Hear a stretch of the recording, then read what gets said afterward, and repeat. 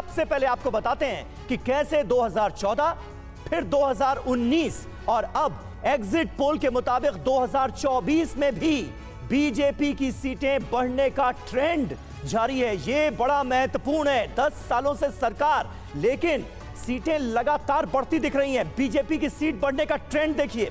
2014 में 282 सीटें हासिल हुई अकेले अपने दम पर भारतीय जनता पार्टी को। 2019 में ये सीटें बढ़ती हैं 303 तक ये आंकड़ा पहुंच जाता है और अब जो एग्जिट पोल का अनुमान है उसके मुताबिक तकरीबन 311 सीटें बीजेपी को हासिल होती हुई नजर आ रही हैं।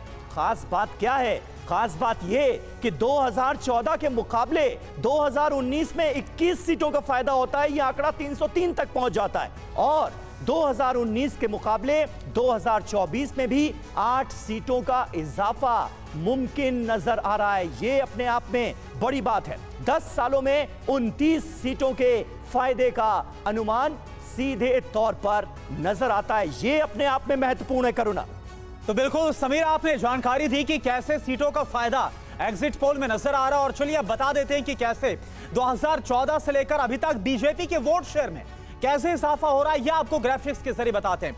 तो एनडीए के वोट शेयर में कैसे इजाफा हो रहा है 2014, 2019 और 2024 के आंकड़े हैं। जहां 2014 में 38.5% वोट मिला था एनडीए को, तो वहीं ये बढ़कर 2019 में 45% हो गया और 2024 में देखिए एग्जिट पोल का जो डेटा बता रहा है वो बता रहा है 47.28%, यानी कि अच्छा खासा इजाफा 2014 के मुकाबले अगर 2024 में कंपेयर करें तो 2014 के मुकाबले 2019 में बात करें तो आप देखिए किस तरह से 6.5% का जो इजाफा है वो हुआ है। इसके अलावा 2019 के मुकाबले 2024 की अगर हम बात करें तो 2.28% वोट बढ़ना संभव नजर आ रहा है। 2014 के मुकाबले 2024 में 8.78% का ये 10 साल का जो फर्क है वो इस वक्त आपके सामने हम रख रहे हैं।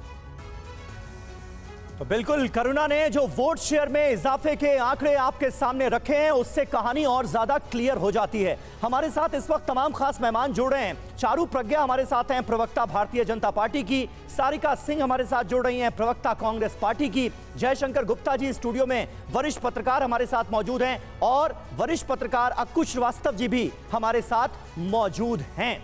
सबसे पहले चारू, मैं आपके पास आऊंगा।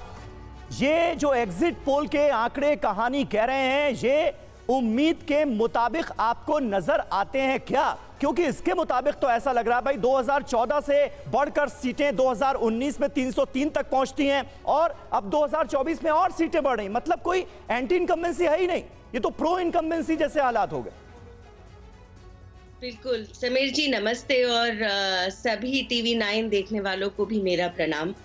देखिए, प्रो इनकम्बेंसी आप इसको कह सकते हैं या आप इसको ये भी कह सकते हैं कि आज हमारे देश में एक ऐसी सरकार है जो इतिहास बनाने जा रही है। पहली बार, तीसरी बार सरकार बना के, वो भी ज्यादा पॉपुलैरिटी के साथ। ऐसा पहले कभी नहीं हुआ है।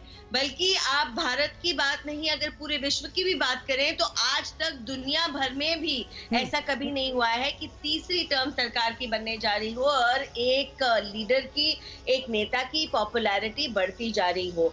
ये स्टैंप ऑफ अप्रूवल है, आशीर्वाद है भारत की जनता का मोदी जी के रिपोर्ट कार्ड के लिए और मोदी जी के विकसित भारत के विजन के लिए। ये दोनों चीज के लिए स्टैंप ऑफ अप्रूवल है, ये दोनों चीज के लिए आशीर्वाद है।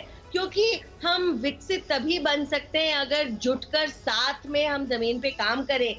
काफी हद तक ये हमने पिछले 10 साल में करा है। अपने मैनिफेस्टो में हमने बहुत बड़े बड़े कामों को टिक ऑफ कर दिया है, लेकिन अगले आने वाले 5 साल भी ऐतिहासिक होंगे जिसमें बड़े बड़े फैसले लिए जाएंगे।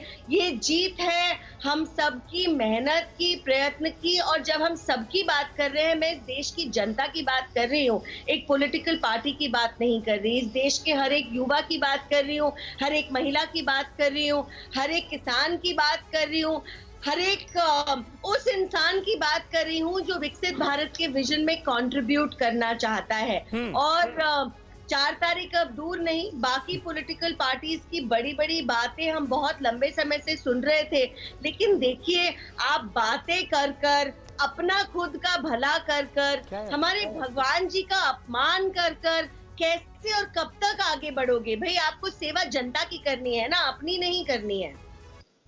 बिल्कुल बिल्कुल बिल्कुल चारू, बने रहे आप हमारे साथ। और सारिका जी, मैं आपके पास आऊंगा, लेकिन हमारे साथ इस वक्त हमारे डेटा मुशाए भी जुड़ गए हैं, करुणा के साथ वो मौजूद हैं और आज उनके जरिए करुणा आप क्या जानकारी देने वाले हैं? बिल्कुल, देखिए डेटा मुशाह मेरे साथ है और उनके जरिए हम ये बताने की कोशिश कर रहे हैं, जिस तरह से हम देख रहे हैं, जिस प्रो इनकम्बेंसी का आप जिक्र कर रहे थे, और खास तौर पर दक्षिण का अगर जिक्र किया जाए तो दक्षिण में किस तरह से फायदा मिलता हुआ नजर आ रहा है, ये हम डेटा मुशाह समझने की कोशिश करें। देखिए यहां पर तो आंकड़े हम दिखा रहे हैं 303 से 311 जो एग्जिट पोल में आ रहा है। शुरुआत अगर दक्षिण भारत से की जाए तो वहां पर क्या फर्क पड़ता हुआ नजर? देखिए पहले देखिए 2014 और 2019 में फर्क क्या था, बीजेपी ईस्टर्न इंडिया पेनिट्रेट किया, बीजेपी बंगाल जीता। एग्जैक्टली ठीक है, तो बीजेपी को यह है 2019 से 2024 में जो फर्क दिखाई दे रहा है, जो बीजेपी साउथ इंडिया पेनिट्रेट करने जा रहा है। ठीक है, अब देखेंगे साउथ इंडिया का पहले हम लोग रिजल्ट 2019 में कैसा था, बिल्कुल मैं एक बार देख लेता हूं। ये देखिए, ये मैप अगर देखेंगे,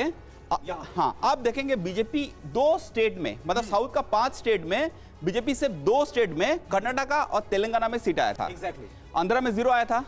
तो बीजेपी ने क्या किया, देखिए वो सीट ले आने के लिए आंध्रा में देखिए अभी अलायंस कर लिया, और उन्होंने क्या किया, रूलिंग पार्टी के साथ नहीं किया जो एंटी इनकम्बेंसी रहेगा। शुरुआत की थी तमिलनाडु से प्रचार की, इसका ही फर्क पड़ रहा है। देखिए तमिलनाडु में क्या हुआ, तमिलनाडु का अगर मैं नंबर निकाल लो, आप देखेंगे तमिलनाडु में भी इक्वेशन चेंज हो गया, यहां पर ही बदल। हाँ देखिए तमिलनाडु में क्या, वोट शेयर में मैं अगर पार्टी वाइज चला जाऊं, ये देखिए तब एआईडीएमके था। ठीक है ठीक है, तो एआईडीएमके का क्या है, जो अभी टूट जाने के लिए नेशनल इलेक्शन में बीजेपी एक ऑपोजिशन स्पेस ले रहा है, मतलब डीएमके वर्सेस बीजेपी ये स्टेट टर्न होने जा रहा है। ठीक है, जब एआईडीएमके वीक हो गया, वो पॉलिटिकल स्पेस तमिलनाडु में, मतलब एआईएडीएमके को थर्ड पोजीशन पर शिफ्ट होना पड़ रहा है, शिफ्ट होना पड़ रहा है बीजेपी के लिए। एंड बीजेपी देखिए तमिलनाडु का प्लान बहुत पहले से किया है। अन्नामलाई जी कर्नाटका में ऑफिसर था, आईपीएस ऑफिसर, उन्होंने रिजाइन करके तमिलनाडु में भेजा गया, और तमिलनाडु में देखिए साउथ जीतने के लिए आपको लोकल फेस चाहिए, तो बीजेपी को अन्नामलाई जी मिल गया।